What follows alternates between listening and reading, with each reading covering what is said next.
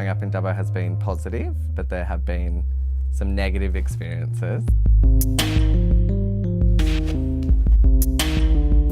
So many times I did try and hide who I was in the environment that I was in, and kind of very masculine dominated. I wish I had seen someone like me at school, and I kind of want to be that person for someone else, that you can be comfortable with who you are, and even though they lived in Dubbo.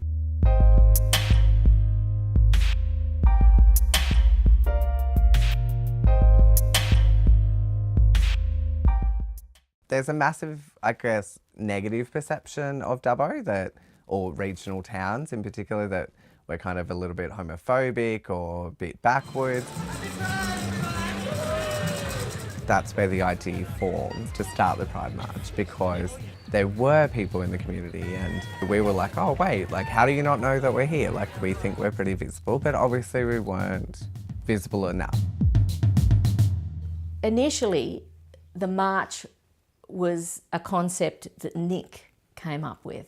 Full credit to him, because he has been the driving force behind uniting our community and having the vision to make these things happen. He has brought us all together, shared his vision, got us all on board, and he has a youthful energy that makes these sort of things happen quickly. And we should go light in these parts and then dark in these parts. We normally hold the Pride March in Mental Health Month.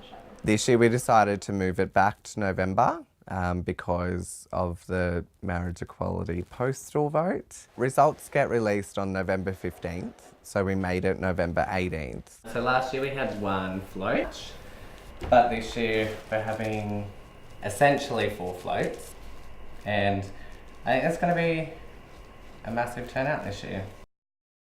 Well, we've been together for 14 years, but we've known one another for a lifetime. Busy and I knew one another when we were at school. Busy was a year ahead of me, but after we both finished school, we headed in different directions. And then, as life happens, our paths crossed again, and this time we ended up in a relationship. And I realised that Busy was probably the person that I should have been looking for all along. And we, at great expense to ourselves, went to New Zealand and made a legally binding commitment over there. To see them together and to see the love that they share for each other is absolutely incredible. And if people witness that even just for a day, they could see that why marriage equality is so important. Growing up in Dubbo was interesting, and I was the only daughter in 4 brothers in the middle. My dad was a Methodist minister at the time, so we were very good people. Mum and Dad were like perfect saints of the community. And then Dad became a politician as we were going into teenage years, and we just got more rebellious and he got more conservative. Oh, Dubbo was just an average little country town. There was nothing special.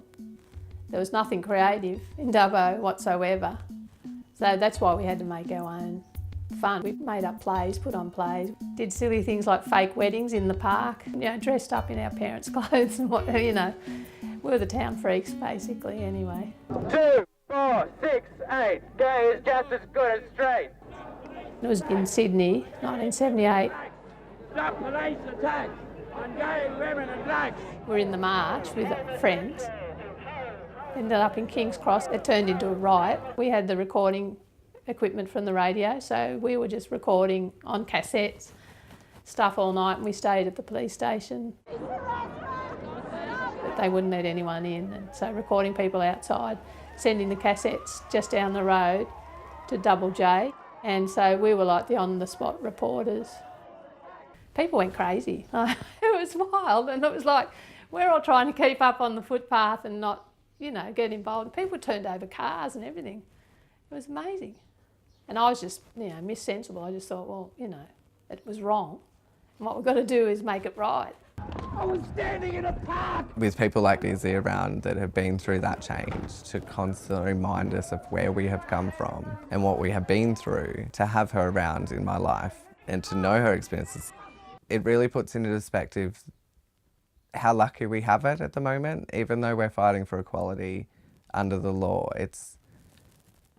we are so lucky because of people like her.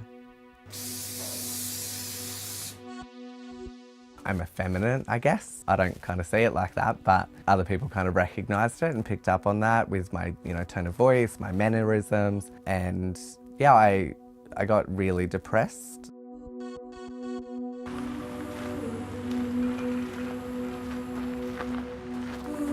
I was around 16. I was binge drinking quite a lot to kind of cope with my mental health issues, as well as self-harming. And I remember I got absolutely wasted. One night I came home and I got in the shower and I must have passed out, and my brother actually found me, and that was kind of when he discovered how low I actually was. Confronting for him to see me like that, but also confronting for me, for him to actually ask me about it. Mental health is always a struggle. Sometimes you put on a massive facade, like you just put on a mask and you wake up and you be happy for the world, because that's what they want, or maybe that's what they expect. But for him catching me, one of the lowest points in my life was really confronting.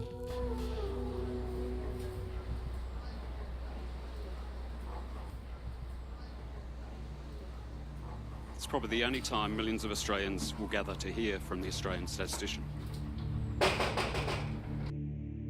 It's not only Melbourne Cup that will stop the nation. No. Today, this will stop the nation. Yeah. So now to the final count of participation.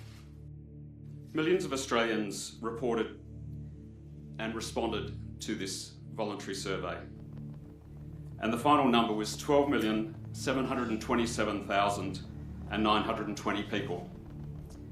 Overall, this survey achieved a response rate of 79.5%. And now the official results of the Australian Marriage Law Postal Survey. For the national result, yes responses, 7,817,247, representing 61.6% of clear responses.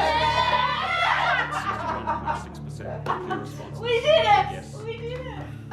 No responses, 4,873,987, representing 38.4%.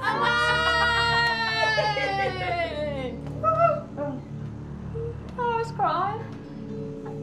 The generations before has paved the way for us to actually have marriage equality, like Chris and Busy.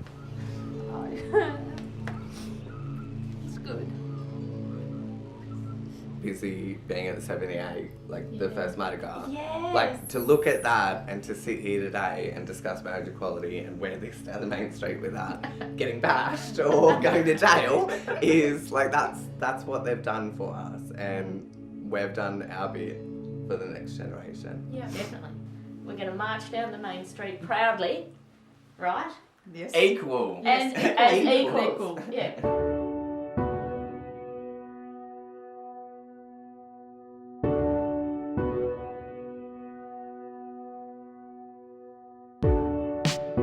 I think that we need to be a little bit more relaxed about what is considered masculine and what is considered feminine. And that feeling that it brings you of just pure acceptance of who you are as a person, unashamedly. Today is the day.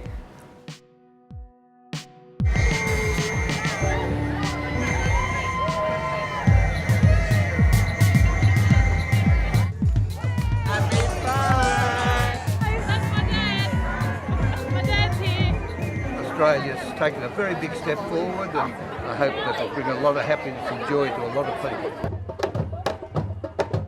I say Nicholas from when he's a little kid. I wasn't too accepting when I was growing up. Nicholas has changed the way I've seen a lot of things, and now I accept everyone as they are, and makes him proud, and it's good to see him happy. And everyone else should be the same.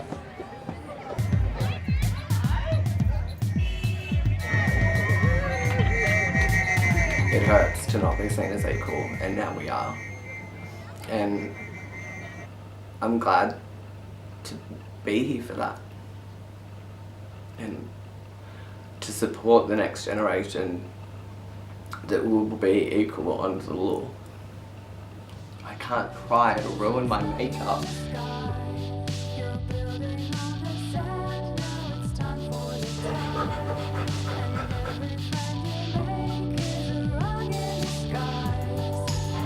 Happy Pride.